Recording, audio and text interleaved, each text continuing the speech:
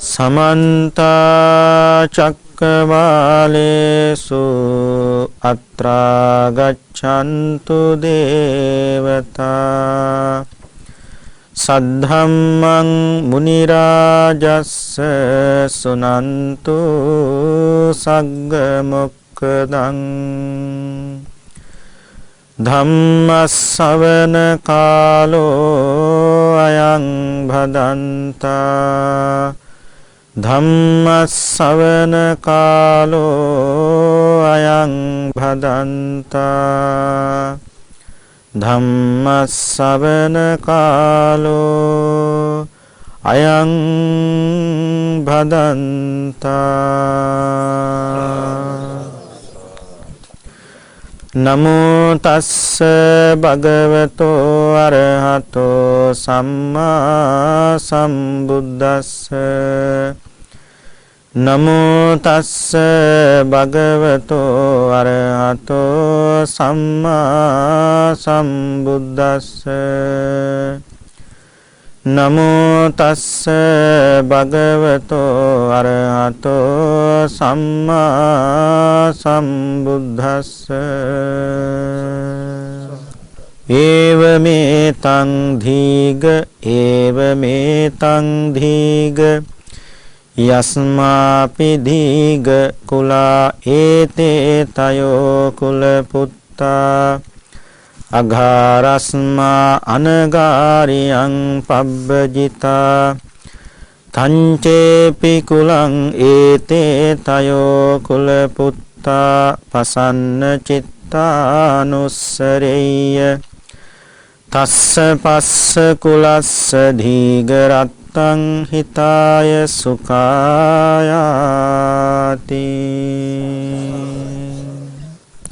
ශ්‍රද්ධාවන්ත පින්වත්නි බෞද්ධ රූපවාහිනිය ඔස්සේ විකාශනය කෙරෙන මේ සද්ධර්ම දේශනාව ශ්‍රවණය කිරීමටයි මේ සදැහැති පින්වත් හැමදෙනාම දැන් බොහෝම ශ්‍රද්ධාවෙන් සූදානම්ව සිටින්නේ. අද මේ පින්නතුන් මේ ධර්ම දානමේ පින්කමෙහි දායකත්වයේ බාරගෙන ලක්වැසි ලෝවැසි හැමදෙනාටම ඒ බුදුරජාණන් වහන්සේගේ පඩිවිඩිය බෙදා දෙයින් වස් මේ පුණ්‍යවන්ත භූමියට පැමිණිලා ධර්ම ශ්‍රවණය කරන වෙලාව. ස්තුතියක්වත් මේ පින්කමේදී ඔයත් බලාපොරොත්තු වෙන්නේ නැහැ. මේ බණ අහලා කවුරු හරි කෙනෙක් අකුසලයෙන් අහක් වෙලා කුසලයේ දුනා නම් අපිට ඇති. පවෙන් අහක් වෙලා පින හේදුනා නම් අපිට ඇති. වෙන මොකුත් ඔයත් බලාපොරොත්තු වෙන්න එපා. අපි මේ සිද්ධ කරන්නේ ධර්ම දානයක්. ඒ නිසා මේක ධර්ම දානය ධර්ම දානයක් හැටියටමයි අපි සිද්ධ කරන්නේ කියන නිස්සරණ අධ්‍යාසයෙන් අතහැරීමේ චේතනාවෙන් යුක්තවමයි මේ පින්කම සිද්ධ කරන්නේ. ඒකයි කිව්වේ ඇත්ත ස්තුතියක්වත් මේ පින්කමේදී කාගෙන්වත් බලාපොරොත්තු වෙන්නේ නැහැ කියලා. අද අපේ ධර්මානුශාසනාවෙහි මාතෘකාව මජ්ක්‍ධිම නිකායේ පළවෙනි කොටසේ මූල පණ්ණාසකේ මහා යමක වර්ගයේ ලස්සන සූත්‍රයක් තියෙනවා පින්නතුනේ. චූල ගෝසිංග කියන සූත්‍රය. චූල ගෝසිංග කියනකොට මේ ළඟම මහා ගෝසිංග කියන සූත්‍රයකුත් තියෙන බව මතක තියාගන්න ඕනේ. නමුත් අද අපි ඉගෙන ගන්නේ චූල ගෝසිංග කියන සූත්‍ර දේශනාව. මේක දේශනා කරන්නත් බුදුහාමුදුරුවන්ට හේතුවක් තිබුණා. භික්ෂුන් වහන්සේලාගේ අසමගියක් ඇති වූ විටක භාග්‍යවතුන් වහන්සේ තවත් භික්ෂූන් තුන්නමකගේ සමගිය පිළිබඳව සමාජගත කරන්න එහෙම නැත්නම් භික්ෂු සමාජයට ආදර්ශයක් වෙන විදිහට ඒ භික්ෂූන් තුන්නම ආදර්ශයට ගත යුතුයි කියලා භාග්‍යවතුන් වහන්සේ වදාළ ලස්සන දේශනාවක් මේක. මේ දේශනාව කරන කාලේ පින්නතුනි අපේ බුදුහාමුදුරු වැඩ හිටියේ නාදික කියන ගමේ ගිජ්ජකා වසත කියන විහාරස්ථානයේ. නාදික කියලා කියන්නේ සහෝදරයන් දෙන්නෙක් විසින් තමයි මේ ගම පින්නතුනි නිර්මාණය කළේ. ඥාතික නාදික මේ ආදී වශයෙන් එකතු වෙලා කොහොම හරි මේ ගමට නාදික කියන නම තමයි එකතු වුනේ. ඒ නාදික කියන ගමේ තමයි තියෙන්නේ ගිජ්ජකා වසත කියන බොහෝම ලස්සන විහාරයක්. මේක මේ බුදුහාමුදුරුවන්ටම වජ්ජීන් හදලා පූජා කරපු විහාරයක් නෙවෙයි. ඈතින් වඩින ශාස්ත්‍රඥ වහන්සේලාට විවේක ගැනීම සඳහා හදපු විහාරස්ථානයක්. ගිජ්ජකා වසත කියලා කියන්නේ පින්නතුනේ සම්පූර්ණ මේකේ උළු සෙවිලි කරලා gadol වලින් බැඳලා බොහොම ලස්සනට පිළිවෙලකට හදපු විහාරයක්. එහෙම නැත්නම් ආරාමයක් හැටියට සලකන්න පුළුවන්කම තියෙනවා. ඉතින් එදා භාග්‍යවතුන් වහන්සේ මෙහි වැඩ ඉන්නකොට කොසබෑනුවර භික්ෂුන් වහන්සේලා අතර පින්නතුනි කලබගෑනියක් අපි කියන්නේ විවාද රහිත බවක් ඇති වුණා. ඒ කියන්නේ අසමගියක් ඇති වුණා. බුදුහාමුදුරුවෝ එදා කොසබෑනුවර භික්ෂුන්ට මතක් කළා මහණෙනි විවාද කරලා මේ ප්‍රශ්න විසඳන්න බෑ. කතා කරලා විසඳ ගන්න. සමගින් විසඳ ගන්න කියලා. කොසබෑනුවර භික්ෂුන් වහන්සේලා කිව්ව ඔබ වහන්සේ පැත්තකට වෙන්න. ඔබ වහන්සේ අල්පෝත්සුක වනසේක්වා. ඒ කියන්නේ මේ ප්‍රශ්නෙට ඔබ වහන්සේ අතපොවන්නට එපා. අන්න ඒ වගේ කතාවක් තමයි කොසබෑනුවර භික්ෂුන් වහන්සේලා බුදුහාඳුරන්ට කිව්වේ. බලන්නකෝ ඒ කාලෙත් එහෙම තිබුණා. එතකොට සාස්ත්‍රුන් වහන්සේටත් එහෙම කියනවා නම් අපි මේක බුදුහානේ විවාද කළාමයි විසඳගන්නේ. කතා කළාමයි විසඳගන්නේ. ඒ විදිහට මතක් කළා. බුදුරජාන් වහන්සේට මේ සිද්ධියත් එක්ක හිතේ මුංචි කලකිරීමක් ඇති වුණා. බුදුරු පින්නතුන් හිම කලකිරෙන්නේ නැහැ. නමුත් ඉතින් අපි කතා කරන විදිහට බුදුරජාන් වහන්සේ කල්පනා කළා. ඉතින් මෙහෙම කියලත් මේ කියන දේ අහන්න නැත්තම් මේ ප්‍රශ්නේ කතා කරලා පිළිවෙලක විසඳ ගන්න උත්සාහයක් නැත්තම් මොකටද? සා භාග්‍යතුන් වහන්සේ එදා ලස්සන වනයක් තිබුණ පින්නතුනි ගෝසිංගසාල වනය කියලා. ගෝසිංගසාල වනේ. ගෝසිංග කියලා කියන්නේ ඒ වනේ එක ගහක අතු දෙකක් හරියට මේ හරකෙක්ගේ අඟක් වගේ දෙපැත්තට ගිහිල්ලා තිබුණා. ඒක බැලු බැලමට පේන්නේ අතු දෙක හරකෙක්ගේ අඟක් වගේ. ඉතින් එක ගහකයි එහෙම තිබුණේ. නමුත් මේ මුළු වනයේම ඒ නමින් ප්‍රසිද්ධ වුණා මොන නමින්ද? ගෝසිංග සාලවනය කියලා. ඒ ගෝසිංග සාලවනයේට අපේ බුදුරජාණන් වහන්සේ වැඩම කළා. දැන් ගෝසිංග සාලවනයේ ඉන්නේ කවුද? ඉන්නේ අනුරුද්ධ සාමීන් වහන්සේත්, නන්දිය සාමීන් වහන්සේත්, කිම්බිල කියන සාමීන් වහන්සේත්. මේ තුන් නම හරි සමගී. දැන් අසමගියක් ඇති වෙලානේ බුදුහාමුදුරුවෝ ඒ කලකිරීමත් එක්ක මේ වනයේට වැඩම කළේ. නමුත් මෙතන බොහොම භික්ෂුන් වහන්සේලා තුන් නම සමගී. කවුද? අනුරුද්ධ හාමුදුරුවෝයි, නන්දිය හාමුදුරුවෝයි, කිම්බිල සාමීන් වහන්සේයි. පුදුම සමගියෙන් වැඩ කරන්නේ. ඉතින් භාග්‍යවතුන් වහන්සේ මේ උද්‍යානයේට නැත්තම් මේ ගෝසිංග සාලවනයේට වඩිනකොට මේ සාලවනයේ බලා ගන්න ඉන්නව උයන් පල්ලා. උද්‍යාන පාලකයා කියන්නේ. උද්‍යාන පාලකයා භාග්‍යවතුන් වහන්සේ නැවැත්තුවා. හා ශ්‍රමණයන් වහන්සේ වඩින්න එපා. මෙහි ඒ කියන්නේ මේ සාල වනෝද්‍යානයේ ඉන්නවයි කිව්වා සමගි සම්පන්න භික්ෂුන් වහන්සේලා තුන් නමක් ඔබ වහන්සේ වැඩියොත් බාධා වෙනවා. දැන් මේ උද්‍යාන පාලකයා බුදුහාමුදුරුවෝ හඳුනන්නේ නැහැ. බුදුහාමුදුරන්ගේ තේජසක් තියෙනව පින්නතුනි. නැතුවා නෙවෙයි. ඒක භාගතුන් වහන්සේට සිවුරස්සෙවත් හංගන් ඉන්න බෑ. තවත් කෙනෙකුට ඒ තේජස පේනවා. නමුත් මේ උද්‍යාන පාලකයාට ඒක තේරුනේ නැහැ. උද්‍යාන පාලකයා කල්පනා කළේ මොකද්ද? මේ ගෝසිංග සාලවනයේ තියෙන කුටි 3යි. සක්මන් මලු 3යි. කුටි 3යි සක්මන් මලු 3යි. එතකොට 4 වෙනි ශ්‍රමණේක් වැඩියොත් මේ 3 නමෙන් එක නමකට එළියට යන්න වෙනවා. එතකොට සමගියට බාධාවක් නේ. ඒ නිසායි නැතු වෙන මොකටවත් නෙමෙයි. තව කුටියක් හරි තිබ්බනම් අනිවාර්යෙන් බුදුහාන්ට වඩින්න දෙනවා. නමුත් සමයන් වහන්සේ වඩින්න එපා කිව්වා. මේක දැක්ක අනුරුද්ධ හාමුදුරුවෝ. අනුරුද්ධ හාරු දැකලා උද්‍යාන පාලකයට කිව්වා උයන් පල්ලා ඔය වඩින්නේ අපේ භාග්‍යවත් බුදුරජාණන් වහන්සේ. බුදුහාමුදුරුවෝ නවත්තන්න එපා බුදුහාන්ට වඩින්න දෙන්න කිව්වා. බුදුහාමුදුරුවෝ අනුරුද්ධ හාමුදුරුවෝ ඒ කියන්නේ උයන් පල්ලට කියලා භාගතුන් වහන්සේ වැඩමගෙන ආවා. ඒ වැඩමවාගෙන එනකොට අනුරුද්ධ හාමුදුරුවෝ කල්පනා කළා දැන් මම බුදුහාමුදුරු ඉස්සෙල්ලම දැක්කා. මමයි බුදුහාමුදුරු දැන් වඩම්මගෙන යන්නේ කුටියට. දැන් අනිත් දෙනම දැක්කොත් මොනවද හිතන්නේ? ලකුණු දාගන්න ඉස්සෙල්ලම බුදුහාමුදුරු වැඩමගෙන ගියා කියලා. එහෙමනේ අපි අද කාලේ කතා කරන්නේ. බලන්නකෝ. එතකොට අසමගියක් ඇති වෙනවනේ. අපේ සමගිය කැඩෙනවා. ඒ නිසා අනුරුද්ධ හාමුදුරුවෝ භාගතුන් වහන්සේ සුළු මොහොතක් වැඩ ඉන්නේ. තව දෙනමක් මේ වනේ ඉන්නවා. මං උන්වහන්සේලා දෙනමත් අණ ගහගෙන ඉන්නම් කිව්වා. ඒක ලස්සනයි. එතකොට බුදුහාමුදුරුවෝ ඉස්සර කරගෙන තුන්නමත් පිටිපස්සෙන් යනකොට ඒක බොහොම ලස්සනයිනේ. ඒ විදිහට කල්පනා කළා. ඉතින් මේ අපි දැන් ටිකක් බලන්න ඕනේ අනුරුද්ධ හාමුදුරුවෝ කියන්නේ කවුද? නන්දිය හාමුදුරුවෝ කියන්නේ කවුද? මේ කිම්බිල හාමුදුරුවෝ කියන්නේ කවුද කියලා. අනුරුද්ධ හාමුදුරුවෝ කියන්නේ පින්නතුනි මේ ශාක්‍ය වනේ මේ ශාක්‍ය වංශේ ඒ කියන්නේ බුදුරජාණන් වහන්සේගේ වංශෙම උපන් කෙනෙක් බුදුහාමුදුරන්ගේ ඥාති සහෝදරයෙක් වෙන අනුරුද්ධ හාමුදුරුවෝ. පින්නතුන්ට මතක ඇති අනුරුද්ධ හාමුදුරුවන්ගේ තාත්තා තමයි අමිතෝදන කියන රජුරෝ. ඒ විතරක් නෙවෙයි පළවෙනි ධර්ම සංගායනාවේදී සම්පූර්ණයෙන්ම අංගුත්තර නිකාය. ඒ කියන්නේ නිකාය වගේ කොට බාර දුන්නනේ. මජ්ක්‍ධිම නිකාය එක සාමීන වහන්සේ නමකට අංගුත්තර නිකාය බාර දුන්නේ සම්පූර්ණයෙන්ම අනුරුද්ධ හාමුදුරුවන්ට. පළවෙනි ධර්ම සංගායනාවේදී. ඒ වගේමයි අනුරුද්ධ හාමුදුරුවෝ අවුරුදු 115ක් මේ ලෝකේ ජීවත් වුණා.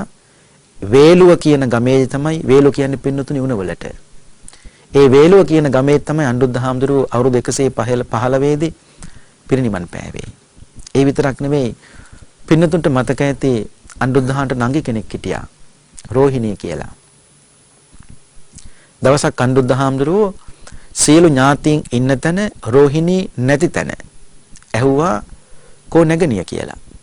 අනේ සාමීන් වහන්සේ අනුරුද්ධ හාමුදුරුවනේ රෝහිණී කියන නැගණියට එන්න බෑ කෝ මෙතෙන්ට. ඇයි කියලා ඇහුවා. ඇයට සනීප කරන්න බැරි කුෂ්ඨ රෝගයක් ඇතිලා මුළු ඇඟ පුරාම කුෂ්ඨ හැදිලා. අනුරුද්ධහාගේ නංගි කෙනෙක් මේ ඥාති වෙන.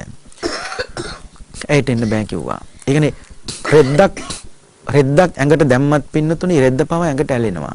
ඒ තරම් අර තුවාල වලින් ඕජස් ගලනවා, සරව ගලනවා.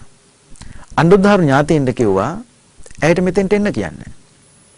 ආවට පස්සේ අනුරුද්ධ හාමුදුරුවෝ රෝහිණී කියන නැගණියට කිව්වා නංගී කැමතිද හුව පින්කමක් කරන්න. දැන් හදන්නේ අනුරුද්ධ හාමුදුරුවෝ මේ කුෂ්ඨ රෝගයෙන් මම මුදවන්න. පින්කමක් කරන්න කැමතිද කියලා ඇහුවා. කැමතියි කිව්වා. එහෙනම් ආගන්තුකෝ වඩින සාමීන් වහන්සේලාට පුළුවන් නම් පුංචි කුටියක් හදලා දෙන්න කිව්වා. නිත්‍ය වශයෙන් වාසය කරන්නේ නෙමෙයි ආගන්තුකෝ වඩිනවා කියන්නේ දවස් දෙකක් හිටියා ඊට පස්සේ වඩිනවනේ කුටියක් හදලා දෙන්න කිව්වා. රෝහිණී කියන නැගණිය කිව්වා අනුරුද්ධහානේ මට ඔබට සල්ලි නැහැ කිව්වා. කුටි හදන්න.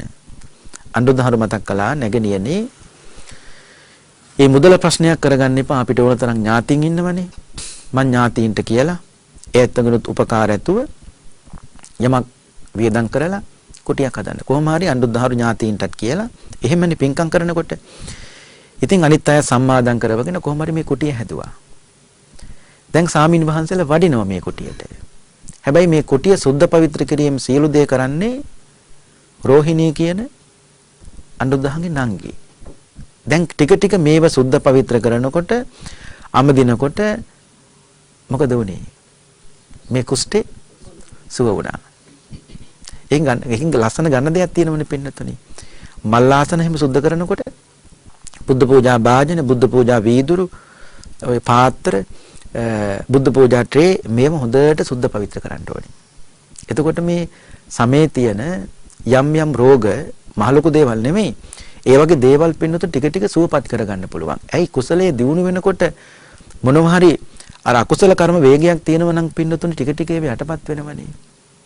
අපි මේ මහා බරපතල අකුසල කර්ම කරපු අය නෙවෙයි අර කුෂ්ඨ රෝගේ පින්නතුනි රෝහිණී කියන නැගණියගේ අර කුටිය සුද්ධ කරලා මිදුල ඇමදලා මේ ඔක්කොම කරනකොට සනීප වුණා.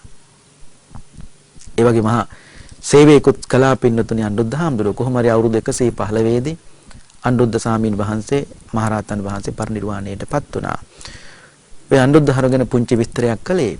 ඊට පස්සේ මේ ශාලවනෝද්‍යානයේ නැත්නම් මේ ගෝසිංග ශාලවනයේ අනිත් හාමුදුරුවෝ තමයි නන්දිය හාමුදුරුවෝ. නන්දිය සාමීන් වහන්සේ කියලා කියන්නේ නන්දිය කියලා කියන්නේ ඒත් බුදුරජාණන් වහන්සේගේ මේ ශාක්‍ය වංශේ කපිලවස්තුවේ ඉපදුණු කෙනෙක්. නන්දිය කියලා කියන්නේ අසීමිත ප්‍රීතියක්. සියලු දෙනාටම ජනිත කරමින් ඉපදුනා කියන අර්ථයෙන් තමයි නන්දිය කියලා කියන්නේ. නන්දිය කියන්නේ සතුටටනේ. ඔව්. ඉතින් ඒ වගේම තමයි මේ නන්දිය හාමුදුරුවෝ පදුමුත්තර බුදුහාඳුරන් කාලේ උන්වහන්සේ පිරිනිවන් පෑමට පස්සේ උන්වහන්සේගේ ධාතුන් වහන්සේලා කීප නමක් අරගෙන සඳුන් වලින්, ඒ කියන්නේ සඳුන් ලීයකින් ලස්සන පුංචි චෛත්‍යයක් ඇදුවා. සඳුන් ලීයෙන් අද සමහර වෙලාවෙම හදනවනේ. ඒ සඳුන් වලින් පුංචි මේ චෛත්‍යයක් හදලා ඒ චෛත්‍යය ඇතුලේ තැන්පත් කළා පදුමුත්තර බුදුරජාණන් වහන්සේගේ ධාතුන් වහන්සේලා කීප නමක්. ඉතින් ඒ ප්‍රාර්ථනාවක් ඇතුවා ඉදා එකලේ. ඉතින් කොහොම හරි මේ විදියට ප්‍රාර්ථනා කරගෙන ඇවිල්ලා නන්දිය සාමීන් වහන්සේත් අපේ බුදුහාරන් කාලේ ඒ නමින් මහාන වුණා. ওই නන්දිය හරුගෙන පුංචි පිටරයක්. ඊට පස්සේ මේ ගෝසිංග සාලවනේ ඉන්න අනිත් සාමීන් වහන්සේ තමයි කිම්බිල හාමුදුරුවෝ. කිම්බිල සාමීන් වහන්සේ කියන්නේත් පින්නතුණි කපිලවස්තුවේම ශාක්‍ය වංශේ, ඒ කියන්නේ බුදුරජාණන් වහන්සේගේ වංශේ ඉපදිච්ච කෙනෙක්. අනුපිය කියන අබවනේ තමයි කිම්බිල සාමීන් වහන්සේ හොඳට ධර්මය අවබෝධ කරගත්තේ. මේ කිම්බිල සාමීන් වහන්සේට රාගයක් තිබුණා. ඒ රාගය නැති කරන්න දවසක් භාග්‍යවතුන් වහන්සේ ලස්සන රූමත් කාන්තාවක් උන්වහන්සේ මැව්වා. මවලා ඒ රූමත් කාන්තාව ක්‍රමක්‍රමයෙන් මහලු වෙන තත්වයට දකින්න සැලැස්සුවා. එතකොට තමයි කිම්බිල සාමීන් වහන්සේගේ හිතේ ඇති වුණා වූ රාග ආදී සිතිවිලි කෙලෙස් නැති වුණා කියන ටික ටික. ඒක හොඳයි පින්නතුනි. මේ එකපාරට කෙලෙස් නැති කරන්න පුළුවන් කමක් නැත්තේ නෑ. බලන්න භාගතුන් වහන්සේ ක්‍රමවේදය. මොකද අපි සෑහෙන කාලයක් පින්නතුනි මේ සසරේ අපේ කෙලෙස් හරි පරණයිනේ. ඒ පරණ කෙලෙස් ටික ටික තවන්න ඕනේ. තව තමයි ඒවා නැති කරන්න තු එකපාරට මේක නැති කරන්න ගියොත් ඒක හරි අමාරු වෙනවා. මොකද අපි ලස්සන රූප දකින්න, ශබ්ද අහන්න මේව කැමති වෙලා එකපාරට මේව නැති කරන්න අපිට එහෙම පුළුවන් කමක් නැත්තේ නේ. ඒ නිසා මේ ඒ වගේම කතාවක් තිබුණා පින්නතුන්ට මතකයි. ඉතින් මේ ආනන්ද හාමුදුරුවෝ බොහොම ලස්සනයි. උන්වහන්සේ දවසක් පින්ඩපාතේ වැඩියා. ප්‍රකෘති කියන කාන්තාවක් ලිඳක් ළඟ පැන් පෙරනවා.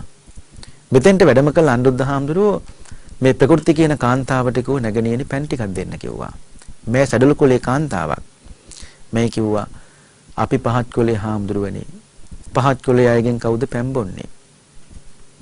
ආනන්ද හාමුදුරුවෝ කිව්වා පැන් වලට පාටක් නැහැ. පැන් වලට කුලයක් නැහැ. රජ්ජුරෝ බිව්වත් යන්නේ තිබහ. අපි බිව්වත් යන්නේ තිබහනේ. මට පැන් ටිකක් දෙන්නකෝ. ඊට පස්සේ මේ ප්‍රකෘති කාන්තාව කියනවා අපේ හිවණැල්ලවත් උසස් කුලයේ පා ගන්නෑ කිව්වා. එහෙව්කොට ඔබ වහන්සේ පැන් ඉල්ලනවා. මට වැඩක් නැහැ, මට පැන් ටිකක් දෙන්න කිව්වා. කොහොමරි පැන් දුන්නා. නමුත් මේ ප්‍රකෘති කියන කාන්තාවට ආනන්දහන්ට සිත ගියා. මේ වචන විලාසය, මේ රූපය, මේ කතා කිරීම, ඇයි මේ සරල කුලයේ කවුරුවත් ගණන් ගන්නෑනේ. නමුත් ආනන්දහරු ඒ තරම් නිහතමානීව සැඩොලියකට කතා කළාම මෑයට හිත ගියා. මේ ගිහින් ගිහුව තාත්තට. තාත්තේ අර හැමදාම උදේට පින්ඩපාත වඩන ආනන්ද හාමුදුරුවෝ ලැබුණොත් විවාහ නැත්තම් විවාහ වෙන්නේ නැහැ කිව්වා. තාත්තා මේ ගිහින් ගිහුව බුදුහාමුදුරුවන්ට. බුදුහානේ ඔබ වහන්සේගේ ගෝලයා ආනන්ද හාමුදුරුවෝ මේට කෙරෙහි හිත ගිහිල්ලා තියෙනවා. මෙහෙම කිව්වට පස්සේ බුදුහාමුදුරුවෝ කිව්වා දැන් ඉතින් ආනන්ද මගේ ගෝලයානේ. මගේ ශිෂ්‍යයානේ. ආනන්ද දෙන්නම්. හැබැයි දුවත් එක්කම එන්න ඕන කිව්වා. මේ තාත්තා මේ ප්‍රකෘති කියන එදා ඒ දියණියත් එක්කම ගියා. ගියාට පස්සේ බුදුහාමුදුරුවෝ ඉතින් මේ දුවගෙන් අහනවා දියණියන් ඔබට කවුද ඕනේ? මට ආනන්ද හාමුදුරුවෝ ඕන කිව්වා. හැබැයි ආනන්ද දෙන්නම් කෙස් ටික කපන්න ඕන කිව්වා. ආනන්දහරු ලැබෙන නම් ඕන දෙයක් කිව්වා. කෙස් ටික කැපුවා. ඊට පස්සේ ඇහුවා දුවේ ආනන්ද හාමුදුරුවන්ට ඇයි ඔච්චර ආස කියලා. ආනන්දර ගොඩක් ලස්සනයි කිව්වා. ඊට පස්සේ ඇහුවා බුදුහාමුදුරුවෝ දුවේ ආනන්දහන්ට බැරි වෙලාවක් කෙම්බිරිසාවක් එහෙම හැදිලා නාසයෙන් සොටු ගලන්න පටන් ගත්තොත් ඒවටත් නුඹ ආසද කියලා ඇහුවා. අපේ ඒවට නම් ආස නැහැ කිව්වා. ඊට පස්සේ කබ ගලන්න පටන් ගත්තොත් ඒවටත් ආස නැහැ කිව්වා. දැන් මෙහෙම බුදුහාරු දිගින් දිගට අහගෙන ගියා. ආනන්දහරු එපා වෙනකන් ඇහුවා. ඊට පස්සේ බුදුහාරු ඇහුවා දැන් දුවේ ආනන්දහරු ඕනද කියලා ඇහුවා. දැන් නම් එපයි කිව්වා. මහාන වුණා. බලන්න බුදුහාමුදුරුවෝ ඒ தත්ත්වය ප්‍රකෘති ඒ කියන්නේ ඒ ප්‍රකෘති කියන කාන්තාව ලස්සනට ගත්ත හැටි. දැන් මේක පාට මෙහෙම බැනගෙන එහෙම ගියා නම් කවදාවත් මේක කරන්න බෑ. භාග්‍යතුන් වහන්සේ හිත දැනගෙන මේක තමයි කෙලෙස් නැති කළ යුතු ක්‍රමය. ඒ වගේ කිම්බිල කියන සාමීන් වහන්සේටත් රාගයක් තිබුණා. උන්වහන්සේ කලේ රූමත් කාන්තාවක් හිතින් මවලා ඒ කාන්තාව මහලු වෙන තත්වයට දකින්න සැලැස්සුවා. රාගේ නැති වුණා. කිම්බිල සාමීන් වහන්සේ ධර්මය අවබෝධ කරගත්තා. දැන් ඔන්න මතක තියාගන්න ඕනේ මේ දේශනාවෙන් පිටපැන්නා නෙවෙයි මේ දේශනාවේ මූලික වන සාමීන් වහන්සේලා තුන්නම තමයි මේ අනුරුද්ධ හාමුදුරුවෝයි නන්දිය හාමුදුරුවෝයි කිම්බිල සාමීන් වහන්සේ. කිරි වතුරේ වගේ ඉන්නේ. එකට පින්ඩපාත ගියත් එකට දාන වෙළඳුවත් එකට හරිය සමගියම උන්වහන්සේලා. ඉතින් දැන් උද්‍යාන පාලකයාගේ අවසරයේ පිට භාගතුන් වහන්සේ වැඩමගෙන ආවා. අනුරුද්ධ හාමුදුරුවෝ බුදුහාමුදුරුවෝ වැඩමගෙන යනවා. කිම්බිල සාමීන් වහන්සේ බුදුහාරගේ පාත්‍රය ගත්තා. නන්දිය සාමීන් වහන්සේ භාගතුන් වහන්සේගේ පා ඒ කියන්නේ ශ්‍රීපතුල් සේදුවා. ඒ පාසෝදනයක පින්නතුණි ඒක බොහොම හොඳ දෙයක්. හොඳ දෙයක් කියන්නේ ඒ පාසෝදනකොට ඇඟේ තියෙන දැවිල්ල කියන එක අඩු වෙනවා. ඇඟේ දැවිල්ල අඩු වුණාම භාවනා කරනකොට හිත ඉක්මනටම සමාධිගත කරගන්න පුළුවන්කම තියෙනවා. ඉස්සර ඔය තෙල් જાතියෙම සම්භාහණය කළානේ සාමින් වහන්සේලා. ඒක හොඳ දෙයක්. ඒ කියන්නේ සිසිල් වෙනවනේ.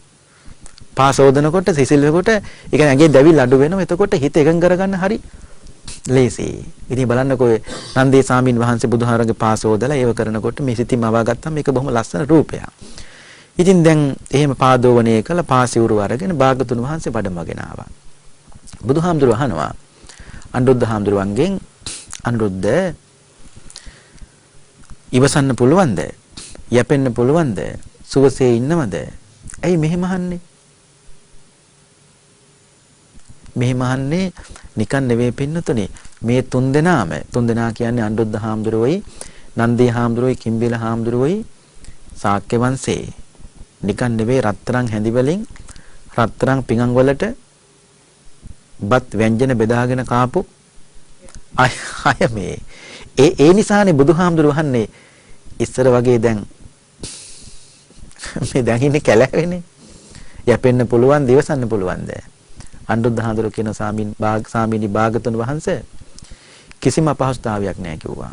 අපි ඒව ගැන හිතන්නේ නැහැ කිව්වා. ලේසි නෑනේ පින්නතුනේ. මේ වගේ ලොකු උසස් තැනක ඉඳලා නිතර සල්ලි අතපත ගන්න මිනිස්සුන්ටත් එකපාරට සල්ලි නැතුණාට පස්සේ මහ ලොකු දුකක් වේදනාවක් ඇත්තටම දැනෙනවනේ. ඒක සාමාන්‍ය පුතග්ජන ස්වභාවයනේ. ඉතින් බුදුහාමුදුරුවොත් මේ අහන්නේ අනුරුද්ධ දැන් ගෙදර ඉන්නකොට නම් ඉතින් රත්තරන් පිඟන් වල රත්තරන් හැඳි වලින් කෑම බෙදාගෙන කෑවා. දැන් එහෙම නෑනේ. යැපෙන්න පුළුවන්, දිවසන්න පුළුවන්ද කියලා ඇහුවා. සාමිනී භාගතුන් වහන්සේ ඒක ප්‍රශ්නයක් නෑ කිව්වා. ඒක ප්‍රශ්නයක් නෑ කිව්වා. අපි බුදුහාමුදුරුවනේ මේ කැලෑවේ අපි තුන්නම කයින් තුන්නමක් වුණාට අපි සිතින් බුදුහාමුදුරුවනේ එක්කෙනෙක් කිව්වා.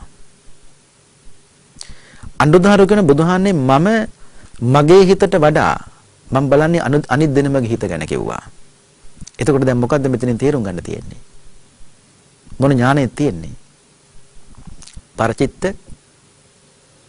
පරචිත්ත විඥාන ඥානෙ තියෙනවා අනුරුද්ධ හාමුදුරුවන්ට. මේකේ ලස්සන කතාව කියන්නේ පින්නතුනි මේ තුන්නවම දන්නේ මොන වගේ මාර්ගඵලයන්ටද තුන්නම පත් වෙලා ඉන්නේ කියලා. භාගතුන් වහන්සේත් එක්ක කතා කරනකොට තමයි දැනගත්තේ තුන්නම දැනගන්නවා අනුරුද්ධ හාමුදුරුවොත් එහෙනම් ලොකු දියුණුවකට ඇවිල්ලා. අනුරුද්ධ හරු කල්පනා කරනවා කිම්බිල සාමින් වහන්සේ ලොකු දියුණුවකට ඇවිල්ලා. සමහරුන්ට පින්නතුනි කැලෑවට ගියත් හිත එකඟ වෙන්නේ නැහනේ. වනේ හිටියත් හිත එකඟ වෙන්නේ නැහැ. පින්නතුන්ට මත ලස්සන කතාවක් තියෙනවා මතක ඇති මේ තූපාරාමේ බොහෝම යාළු සාමින් වහන්සේලා දෙනමක් හිටියා. උන්වහන්සේලා දෙන්න දෙපැත්තට වුණා. කෙසේ හෝ වේවා කාලයක් යනකොට එක සාමින් වහන්සේ නමකට හිතුණා මගේ යාළු සාමින් වහන්සේ බලන්න වඩින්න ඕන කියලා. වැඩම කළා. වැඩම කළාට එතන මොකුත් දානමාන හරියට හම්බ වෙන්නේ නැහැ. හැන්දෑ වෙලා වැඩම කළේ ගිලම්පත ටිකක්වත් හැන්දෑවේ හම්බුන්නේ නැහැ. මේ ආගන්තුක හරු කල්පනා කරන්නේ. දැන් කල්පනා උදේ දානේ හම්බෙයි කියලා. උදේ දානෙත් එහෙම හම්බුනේ නැහැ හරියටම. දවල් දිනම පාත්‍රය අරගෙන පින්ඩපාතේ වැඩියා. පින්ඩපාතේ වැඩ ඒත් දානේ හරියට හම්බුන්නේ නැහැ. දැන් ආගන්තුක වැඩියාම යමක් ඉතින් වැඩිපුර අපි දෙන්නනේ අපි උත්සාහවන්ත වෙන්නේ. ඉතින් මොකුත් නැතිකොට මේ ස්වාමීන් වහන්සේ දැන් කල්පනා කළා මේ පන්සලේ වැඩිපුර යමක් ලැබෙන දෙයක් නෙවෙයි මුණුවාත ජීවත් වෙන්නේ මෙහෙමද? කොහොමද උන්වහන්සේ ඉන්නේ? මෙහෙම කල්පනා කළා. ඉතින් මෙහෙම කල්පනා කරනකොට මේ ස්වාමීන් වහන්සේ කිව්වා ස්වාමීන් වහන්සේ මෙතන හැටි මෙහෙම තමයි. මෙතන මෙහෙම ලැබීම මේ ටික තමයි ලැබෙන්නේ. ඉතින් මේ ලැබෙන ටිකෙන් ජීවත් වෙනවා. ඊට පස්සේ තව පන්සලක් තියෙනවා. එහෙනම් යමක්කමක් හොඳ ලැබෙනවා කිව්වා. යමු කිව්වා. අනේ යන්න සෝදානම් වෙනකොට මේ ආගන්තුක ස්වාමීන් වහන්සේ එකරයයි හිටියේ. උන්වහන්සේ එකපාරටම කියන්න පටන් ගත්තනේ ස්වාමීන් වහන්සේ මගේ හැරමිටිය මගේ සෙරෙප්පු දෙක කියන්නේ පාවහන් දෙක මගේ තෙල් ගුලාව පාත්‍රය මගේ සිවුරු මේ ඔක්කොම කියන්න පටන් ගත්තා. අවුරුදු 20ක් මෙතන ඉඳලා පිටත් යන හාමුදුරුවන්ට ගෙනියන්න මොකක්වත් නැහැ. අර එක දවසක් ආපු ඇවිල්ලා ඉඳලා යන හාමුදුරුවන්ට මහ බඩු ගොඩයි. උන්වහන්සේ ආනව සාමීනි මම අවුරුදු 20ක් ඉඳලත් මට මෙතනින් ගෙනියන්න දෙයක් නැහැ නේ. ඒත් ඔබ හන්දට මහ පුදුම බඩ ගොඩක් නේ තියෙන්නේ. උන්වහන්සේ මේ ආගන්තුකාව ස්වාමීන් වහන්සේ කියන ස්වාමීන් වහන්සේ ඔබ වහන්සේට මේ ගමත් ආරණ්‍යයක් කිව්වා. ඒ කියන්නේ හිත දියුණු කරන්න කැමති කෙනෙක් ඉන්නම නම් පින්නතුනි ඒත් අට කොහේ හිටියත් හිත දියුණු කරන්න පුළුවන් කියන එකනේ මේ කිව්වේ. ඒ කියන්නේ ආරණ්‍යයකට ගියත් හිත එකඟ වෙන්නේ නැත්නම් ඒ කියන්නේ කාම විතරක, ව්‍යාපාද විතරක, විහිංසා විතරක වැඩි වෙනවා සමහරුන්ට. ඒ කියන්නේ වනයේ කියලා කියන්නේ කැලෑව කියලා කියන්නේ හිත ලස්සනට එකඟ කරගන්න පුළුවන් තැන. පින්නතුන්ට මතක ඇතිනේ අර භාග්‍යවතුන් වහන්සේ මේගිය සාමින් වහන්සේත් එක්ක කැලෑවට වැඩම කරපු වෙලාවේ මේගිය හාමුදුරුවන්ට මේ කැලෑවට හරියට හිත ගියා. හිත ගිහිල්ලා කිව්වා බුදුහාඳුරනේ මම මේ කැලෑවේ නවතිනවා. බුදුහාරකෝ නවතින්න එපා මේ ගිය. දැන් මම තනියමනේ මට යන්න වෙන්නේ. එතකොට මේගිය හාමුදුරුවෝ තමයි බුදුහන්ට උපස්ථාන කළේ. නවතින්න එපා මේ කැලෑවේ. ඊට පස්සේ උන්වහන්සේක ඔබ වහන්සේ ළඟ ඉතින් ඔක්කොම කරගෙන තියෙන්නේ බුදු වෙලා මට තව කරගන්න කොච්චර දේවල් තියෙනවද කියලා. වඩින්න නවතින්න එපා කිව්වා. නෑ මේගිය ස්වාමීන් වහන්සේ නැවතුණා. අනේ නැවතුණාට මේ කැලෑවේ ඒ හිත දියුණු කරන්න පුළුවන් වුණාද? බැරි වුණා. ඇයි? බුදුහාමුදුරුවෝ කියන දේ නාහ මෙතන නැවතුණා. දැන් මතක් වෙන්නේම කාම විතරක, ව්‍යාපාද විතරක, විහිංසා විතරක මේ ආදී වශයෙන් නොයෙක් කෙලෙස් දහම් ගලාගෙන ඉන්න පටන් ගත්තා. ඉතින් කරගන්න බැරි වුණා. ඉතින් නමුත් අනුරුද්ධහාමුදුරුවෝ, නන්දිහාමුදුරුවෝ, කිම්බිල ස්වාමීන් වහන්සේ මේ තුන්නම ගෝසිංග ශාලවනේ ඉඳගෙන තමන් කටයුතු හොඳට සිද්ධ කරගත්තා. ඊට පස්සේ භාගතුන් වහන්සේ අහනවා කොහොමද අනුරුද්ධ නුඹලා සමගියෙන් ජීවත් වෙන්නේ කියලා ඇහුවා. බුදුහාමුදුරුවනේ අපි තුන්නමෙන් කවුරු හරි පින්නපාතේ වඩිනවා. ඒ පින්නපාතේ වැඩම කරලා කවුරු හරි ඉස්සෙල්ලා පන්සලට වඩිනවනේ. ඉස්සෙල්ලා පන්සලට වැඩියට පස්සේ අනිත් දෙනමගේ වාජන, ඒ කියන්නේ දානශාලාවේ මේ සීල කටයුතු අපි විසින්, ඒ කියන්නේ පංගු බේරුවක් නෑ කියන්නේ. ඔක්කොම හදනවා. සීල දේම නිමා කරනවා. ඒ වගේම අන්තිමට කෙනෙක් දාල වල අවසන් වුණා නම් එයා බුදුහාන්නේ ඔක්කොම අස්පරස් කරලා පිළිවෙලකට හැමදේම හදනවායි කිව්වා.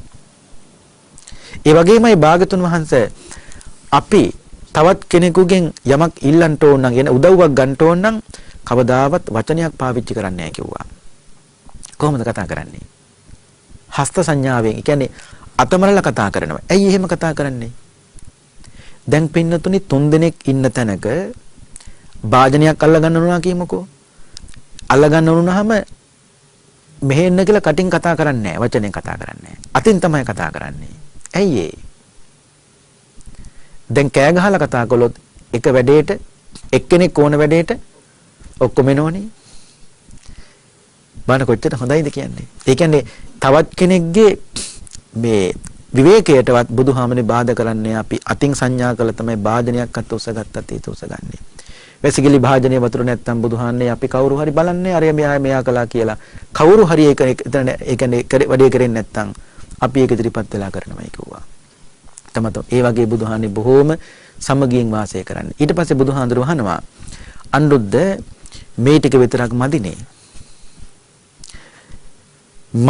මිනිස්සුන්ට වඩා ඥාන දර්ශනයේ විශේෂයක් නුඹලා විසින් පවත්වනවද කියලා ඇහුවා. ඒ කියන්නේ හිතේ දියුණු මට්ටමක් තියෙනවද කියලා ඇහුවා. එහෙමයි භාගතුන් වහන්සේ. අපි බුදුහාමුදුරුවනේ ආතාපිනෝ. ඒ කියන්නේ අපි බුදුහානි නිතර කෙලස් තවමින් ජීවත් වෙන්නේ කිව්වා. අර පින්නතුන්ට විශ්සෙල්ල උදාහරණයක් කිව්වේ රත්තරන් පින්නතුනි පරණ රත්තරන් එකපාරට තලාගෙන ගියොත් ඉරි තලනවා. ඒ නිසා පරණ රත්තරන් තලන්න ඕනේ කොහොමද? ඉස්සෙල්ලම රත් කරන්න ඕනේ. රත් කළ රත්තරන් තලනකොට ඉරි තලන්නේ නැහැ. ඒක ලස්සන රත්තරන් නිපදවා ගන්න පුළුවන්. ඒ වගේ තමයි බුදුරජාන් වහන්සේ දේශනා කරනවා මේ අපේ හිතේ තියෙන කෙලෙසුත් පින්නතුනි හරි පරණයිනේ. ඒ නිසා පරණ කෙලෙස් එකපාරට නැති කරන්න බෑ. මොකද කරන්න ඕනේ? අපි අර මුලින් වචනයක් කිව්වේ කෙලෙස් තවන්නට ඕනේ. කෙලෙස් තවලයි පින්නතුන් රත් කරන්න ඕනේ. ඒ වගේ පුංචි දෙයකින් පටන් ගන්න ඕනේ. දැන් ලස්සනට මල් වට්ටියක් හදනකොට ඒකට ටික වෙලාවක් යනවනේ. එතකොටත් මොකද වෙන්නේ? ඒ මල් වට්ටියෙන් එහාට හිත කොහෙටවත් යන්නේ නැහැ. එතකොට ටික ටික අන්න ඒ වගේ තැන් වලින් පටන් ගන්න ඕනේ. බුද්ධ පූජා භාජනයක් හොදනකොට බුදුන් වදිනකොට මේ ආදී වශයෙන් පුංචි දෙයකින් පින්නතුන යමක් ආරම්භ කළාම ඒ හිතේ තියෙන කෙලෙස් තව මේ ගම ලස්සනට යන්න පුළුවන්කම. සමහරු කාලයකටම කුසල්මය කරන්නේ කරපින්නාගෙන. හැබැයි කාලයක් යනකොට ඒ කුසලයේ පැත්තකින් තියෙනවා. ඒ කියන්නේ මිනිස්සුන්ට වැරදීගෙන යනකොට එහෙම සමහරු ඉන්නවනේ. ඒ කියන්නේ වැරදීගෙන කාලයක් යනකොට අන්න කුසලයේ කරපින්නා ගන්නවා. ඊට පස්සේ ඒක හරි ගියාට පස්සේ ආපහු ඒක පැත්තකින් තියෙනවා. බෝධි පූජා තියෙන හරියට දේවල් කරනවා. එහෙම නෙවෙයි. ඒ කුසලයේ කරපින්නා ගත්තා නම් ඒක හොඳයි පින්නතුනේ. ඒක දිගටම අරගෙන යන්න. එතකොට තමයි හිමීට ඒ කෙලෙස් තව මේ ගමන යන්න පුළුවන්කම තියෙන්නේ. මේ ලෝකේ රහතන් වහන්සේලාත් පින්නතුනේ මේ එකපාර මේ ජීවිතේ යමක් අවබෝධ කරගත්ත නෙවෙයි. අනේ බුදුන් දැකලා ප්‍රාර්ථනා කරලා පාරමී පුරාගෙන කුසල් පුරාගෙන නොවිදිනා දුක් විඳලි තත්වයටපත් උනේ. පින්නතුට මතකනේ සරියුත් මහරහතන් වහන්සේ සරියුත් හාමුදුරුවන්ට අනෝමදස්සේ බුදුහාර මුණ ගැහුණේ මුලින්ම. එදාමනි ප්‍රාර්ථනා කළේ අනේ මේ වගේ බුදු කෙනෙක් හම්බුවේ මට අග්‍ර ශ්‍රාවකෙක් වෙන්න වාසනාව ලැබේවා කියලා. එදා ඒ කියන්නේ අනෝමදස්සේ බුදුහාරන් කාලේ ඉඳලා සරියුත් හාමුදුරුවෝ දානාදී පින්කම් කරගෙන එකම ප්‍රාර්ථනාවක් ඇතුවම ආවා කුසල් සිත සම්පූර්ණ කරගන්න. නමුත් ඒ ප්‍රාර්ථනාව ඊටුවේ කවදාද? අපේ මේ ගෞතම බුදුරජාණන් වහන්සේගේ ශාසනය තුළ. ඊට පස්සේ බුදුහාමුදුරුවෝ අහනවා අනුරුද්ධ එච්චරද කියලා ඇහුවා. නෑ භාගතුන් වහන්සේ. අපි බුදුහාමුදුරුවනේ සමහර වෙලාවට ප්‍රථම ධානයට සමවදිනවා. ද්විතීය ධානයට සමවදිනවා. තෘතීය ධානයට සමවදිනවා. චතුර්ථ ධානයට සමවදිනවා. ඒ කියන්නේ මේ හතර දෙනාටම මොනවද තියෙන්නේ? ධාන තියෙනවා. හතර දිනාටම ධානය තියෙනවා. දැන් අනුරුද්ධහට තමයි මේ ඔක්කොටම උත්තර දෙන්නේ. දැන් අනිත් දෙනම කල්පනා කරනවා තේනේ අනුරුද්ධහට කොහොමද මේ තරම් අපි ගැන දන්නේ කියලා. දැන් ප්‍රථම ධානය කියලා කියන්නේ පින්නතුනේ කාමච්ඡන්ද, ව්‍යාපාද, තීන මිද්ද, උද්ධච්ච කුක්කුච්ච, විචිකිච්ඡා. මේ පංච නීවරණ ධර්මයන්ගෙන් හිත යටපත්, ඒ කියන්නේ අකුසලයන්ගෙන් හිත ඈත් වෙනවා, මිදෙනවා. අපි ඒකට කියන්නේ විවිච්ඡේව කාමේහි විවිච්ඡ අකුසලේහි ධම්මේහි සවිතක්ඛං සවිචාරං විවේකජං පීති සුඛං පඨම ඥානං උපසම්පජ්ජ විහෙරති. මේක තමයි ප්‍රථම ධානය. තේරුණානේ? ඒ කියන්නේ පංච නීවරණ ධර්මයන්ගෙන් හිත යටපත් වෙනකොට අකුසලයන්ගෙන් හිත මිදෙනකොට ඒ පුජ්‍යලයා ප්‍රථම ධානයටපත් වෙනවා. ඒ ප්‍රථම ධානයටපත් වුණාට පස්සේ ඊට පස්සේ විතක්ක විචාර දෙක. විතක්ක කියලා කියන්නේ පින්නතුනි ඒ පැමිණි අරමුණ පිළිබඳව නැවත උත්සාහවත් වී මෙනෙහි කිරීම. විචාර කියලා කියන්නේ ඒ කුසල අරමුණ මේ සිත තුළ හැසිරවීම. ඒක හරියට උපමාවක් ඇටියට ගත්තොත් පින්නතුනේ බුදුහාමුදුරු දේශනා කරනවා ඝණ්ඨාරයකට ගහන ශබ්දය තියෙන්නේ. ඒ ඝණ්ඨාරයකට ගහන ශබ්දය හා සමානයි මොකද්ද? විතක්ක. විතක්ක කියන්නේ සිතවිලිනේ. සිතවිලි. අපි දුම කුසල සිතවිල්ලක් කියලා. ඔන්න කුසල සිතවිල්ලකට යම් කිසි තට්ටුවක් නැත්තම් පොඩි ශබ්දයක් විතක්ක කියලා කියන්නේ. දැන් එතකොට ඝණ්ටාවේ ඒ ශබ්දේ ගැහුවට පස්සේ ඒ දෝංකාරයේ ටික වෙලාවක් රඳා පවතිනවා. ආන්නයකට තමයි කියන්නේ මොකක් කියලාද? විචාරය කියලා. විතක්ක කියලා කියන්නේ කුසල සිතවිල්ලයි. විචාර කියලා කියන්නේ ඒ කුසල සිතවිල්ල රඳා පවත්වා ගැනීම. ලස්සනයි නේ. ඒකේ තේරුම් ගන්න පුළුවන් නේ. දැන් ඒ ඝණ්ටාවට නැත්තම් ඝණ්ටාවේ ඒ අපි ගහන ශබ්දේ ඒ කියන්නේ ප්‍රමාණයේ හැටියට තමයි ඒ ශබ්දේ තවදුරටත් විහිදෙන්නේ. අපේ කුසල සිත අනුව තමයි ඒක තව ඉදිරියට අරගෙන යන්න පුළුවන්කම තියෙන්නේ. මේ කියන්නේ කොහෙන්ද තේරෙනව මොකද්ද කියලා. ඔව්. ඒ කියන්නේ ඒ කුසල සිතේ තියෙන ප්‍රභාස්වර භාවය නැත්තම් ඒ කුසල සිතේ තියෙන ලස්සන දකින්න පුළුවන්කම තියෙන්නේ මොකෙන්ද? විචාරය තුළ. විචාරය තුළ කියන්නේ ඝණ්ටාවක ලස්සන සද්දයක් පින්නතු දිගටම ගිහිල්ලා ඒක අන්තිමට නැති වෙන තැනක් දක්වා අපි හිත තියෙනවනේ අපේ. ඒ වගේ තමයි මොන සිතද? කුසල් සිතත්. ඒ නිසා කුසලාරම්මණයක් කොහෙන් හරි පටන් ගන්න ඕනේ. ඒ පටන් ගත්තු කුසලාරම්මණය නොකොට කොට දිගටම පවත්වාගෙන යන්න ඕනේ. එතකොට බුදුරජාණන් වහන්සේ දේශනා කරනවා විතක්ක ගත්තාම පින්නතුනි දැන් විතක්ක කියන්නේ සිතවිලිනේ. ඒකක් තියෙනවා අකුසල විතක්ක සහ කුසල විතක්ක කියලා දෙකක්. පින්නතුන් දන්නවා අකුසල විතක්ක කියලා කියන්නේ කාම විතක්ක, දෙක ව්‍යාපාද විතක්ක, තුන විහිංසා විතක්ක. තේරුණානේ? කාම විතක්ක, ව්‍යාපාද කියන්නේ තරහනේ. ඒ සිතුවිලි එනවනේ අපිට. ඊට පස්සේ විහිංසා විතක්ක කියන්නේ අනුන්ට හිංසා කරන සිතුවිලි. ආන්නේවට මේ තුනට කියන්නේ මොන සිතුවිලි කියලාද?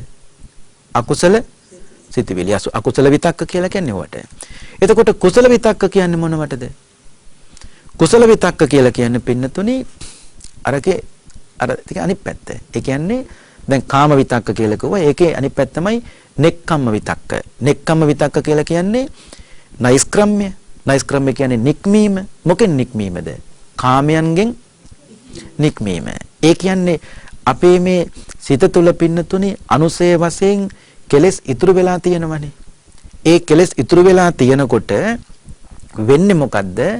ඒ වගේ තවත් ලස්සන රූපයක් දකින්න ලැබුණොත් යටපත් වෙලා තියෙන කෙලෙස් තියෙනවා නම් ඒව ටක් ගාලා මොකද වෙන්නේ?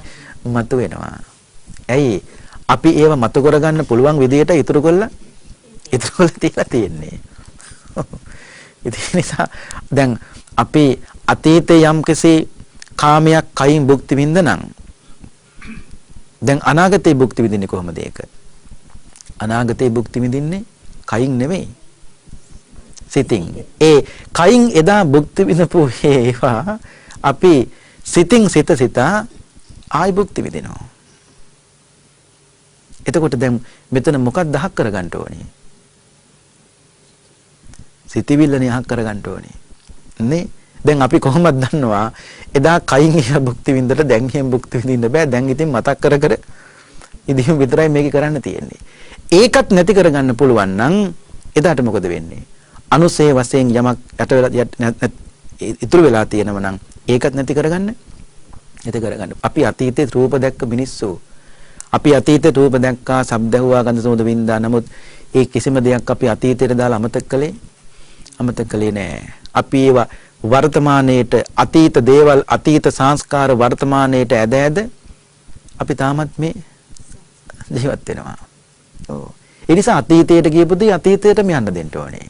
ඒවා ආපහු වර්තමානයට ගන්න ගියොත් ආයි මේව අලුත් වෙනවා. ආයි ඒකම් වස්තුන් හොයන්න උත්සාහවන්ත වෙනවා. ඒක තමයි මේ හිතේ ස්වභාවය. නමුත් ඒක තමයි නැති කරන්න ඕනේ. ඒ සිටිවිලි. ඒ කාම විතක්ක ඊළඟට ව්‍යාපාද විතක්ක. ව්‍යාපාද විතක්ක කියලා කියන්නේ ඒ කියන්නේ තරහවනේ. එතකොට මේක අනිත් පැත්ත තමයි අව්‍යාපාද විතක්ක. ඊළඟට තුන්වෙනි එක තමයි අවිහිංසා විතක්ක. හිංසාවක් කරන්නේ නේක සිටිවිල්ල. එතකොට මෙන්න මේ නෛෂ්ක්‍රම්‍ය විතක්ක, නෙක්ඛම්ම විතක්ක, අව්‍යාපාද විතක්ක, අවිහිංසා විතක්ක කියන විතර්ක තුන යම් කෙනෙකුට අහක් කරගන්න පුළුවන් නම් විතක්ක ਵਿਚාර දෙක මොකද වෙන්නේ? දෙවෙනි ධානයටත් සමවදින්න පුළුවන්කම තියෙනවා. ඒ දෙවෙනි ධානයට සමවදිනකොට භාගතුන් වහන්සේ දේශනා කරනවා එදාට යා ප්‍රීතිය සුඛේ දැන් ඒක හිතන්න දෙයක් නැහැ. ඇයි මේ පුජ්‍යලයාගේ කාම විතර්ක, ව්‍යාපාද විතර්ක මේ සියල්ල මොකද වෙලා තියෙන්නේ? ඒ සියල්ලම අයින් වෙලානේ. එතකොට දෙවෙනි ධානයට සමවැදිලා දැන් මොකද්ද භුක්ති විඳින්නේ? ප්‍රීතිය සහ අන්න හරි ප්‍රීතිය සහ සෝය කියන එක භුක්ති විඳිනවා. ඊට පස්සේ තවත් ඉදිරියට යනකොට බුදුහාඳුරු දේශනා කරනවා තුන්වෙනි ධානයේදී සෝය හා සමාධිය භුක්ති විඳිනවා. හතරවෙනි ධානයේදී උපේක්ෂාව භුක්ති විඳිනවා. උපේක්ෂාව කියලා කියන්නේ මධ්‍යස්ථ ස්වභාවය. එතකොට කිසිම දෙයක ඇලීමකුත් නැහැ. ගැටීමකුත් නැහැ. ඇලෙන්නෙත් නැත්නම් ගැටෙන්නෙත් නැත්නම් එතන තියෙන උපේක්ෂා සහගත ස්වභාවය. බොහොම ලස්සනයි. ඉතින් අනුරුද්ධ හාමුදුරුවෝ බුදුහාමුදුරුවනේ මේ ධාන හතරටම සමහර වෙලාවට ප්‍රථම ධානයේට, ද්විතීය ධානයේට, තෘතීය චතුර්ථ ධානයේට සමවදිනවයි කිව්වා. ඊට පස්සේ බුදුහාමුදුරුවෝ අහනවා අනුරුද්ධ එච්චරද කියලා ඇහුවා. නෑ භාගතුන් වහන්සේ. සමහර වෙලාවට අපි නිරෝධ සමාපත්තියට සමවදිනවයි කිව්වා. එතකොට මේ කැලෑවේ නිකන් ඉඳලාද? නෑ නිකන් ඉඳලා නෑ හොඳට භාවනා කරලා. ඒ කියන්නේ කොච්චර ලස්සනයිද කියන්නේ මේ ටික කියනකොට තමයි අනිත් දෙනම දැනගත්තේ. බලනකොට අනුරුද්ධහන අපි ගැනත් දන්නවනේ. ඊට පස්සේ බුදුහාමුදුරුවෝ මෙතනින් වැඩම කළා. වැඩම කළාට පස්සේ අනිත් දෙනම අහනවා අනුරුද්ධහාමුදුරුවන්ගෙන් ස්වාමීන් වහන්සේ ඔබ වහන්සේ කොහොමද අපි ගැන දන්නේ? මට ඔබ වහන්සේලාගේ හිත කියන්න පුළුවන් කිව්වා. ඒ කියන්නේ පරචිත්ත විඥාන ඥානෙ තියෙනවා කිව්වා. දැන් මේ ලස්සන දේශනාව මේ බුදුහාමුදුරුවෝයි මේ තුන් නමයි කරපු මේ ලස්සන මේ ධර්ම සාකච්ඡාව නැත්තම් මේ ධර්ම සාකච්ඡාව අහගෙන හිටියා වෛෂ්ණවන කියන දිව්‍ය පුත්‍රයාගේ එක්තරා දිව්‍ය පුත්‍රයෙක් දීඝ පරජන කියලා. මෙයා කල්පනා කළා භාගතුන් වහන්සේ බොහොම ලස්සන දේශනාවක් කරනවා ගෝසිංග සාලවනේ. මේ දේශනාව අරගෙන යන්න ඕන කොහාටද? දිව්‍ය ලෝකයට. මේ භික්ෂුණු වහන්සේලා මේ තරම් සමගියෙන් ඉන්න බව මනුස්ස ලෝක විතරක් තියන්න හොඳ නෑ. මේක අරන් යන්න ඕනි දිව්‍ය ලෝකයට. මේක දිව්‍ය ලෝකයට අරගෙන ගියා. එදා ඒ දීඝ පරජන කියන දිව්‍ය පුත්‍රයා භාගතුන් වහන්සේට කියනවා අනේ භාගතුන් වහන්සේ මේ භික්ෂුණු වහන්සේලා තුන්නම මේ ගෝසිංග සාලවනේ වැඩ ඉන්න එකම වජ්ජී ඒ කියන්නේ වජ්ජීන්ට මහ පුදුම ලාභයක් මහ පුදුම සතුටක් වජ්ජීනු සමගි භාවයටපත් වෙන ප්‍රධාන හේතුවක් තමයි මේක.